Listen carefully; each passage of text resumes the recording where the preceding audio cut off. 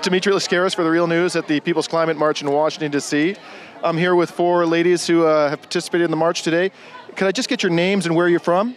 I'm Robin. I'm from Western Mass. Yeah, Julie from Western Mass. Laurel, also from Western Massachusetts. Amy from Northampton, which is in Western Mass. So you've all come down from Western Mass. Why did you feel it was important for you to be here today in Washington, D.C.? We have to do something about climate change right now, and with this administration doesn't respond on their own, we have to do it. It's the duty of the people to make the government do what they need to do. It's always been that way. It's always been pushed by the people towards the politicians, and so that's what we're here for.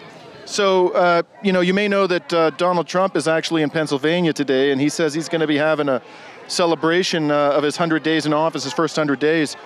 Do you think that this protest, even as large as it is going to have an impact on somebody like Donald Trump?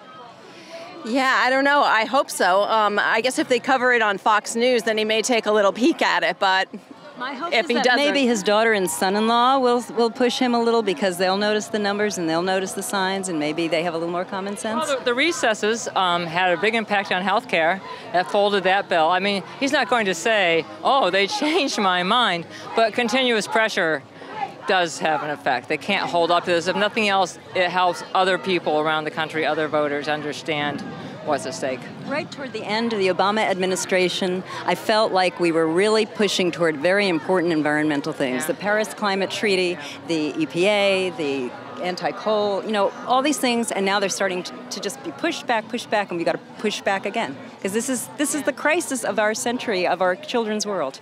We have to push back. So you all say you're from Massachusetts. Of course, it's not just the federal government that can take action for climate change, also state municipal governments. How do you feel about the performance of the Massachusetts state government on this issue? These guys are better to answer that, but Massachusetts is way ahead of everybody else. They've got solar panels all over the place, wind turbines. yeah, solar panels, yeah, a lot of wind power. There are all kinds of incentives for alternative energy. We're pushing to get more electric vehicle stations. We don't have enough of those, even though we are saying we want more electric vehicles. But even when we have conservative governors, we do not have a conservative legislature. It's a very forward-looking state. As you know, we kind of were one of the pioneers for what became the Affordable Care Act. And so I think they do pretty well, and I know that there's a big push towards clean energy.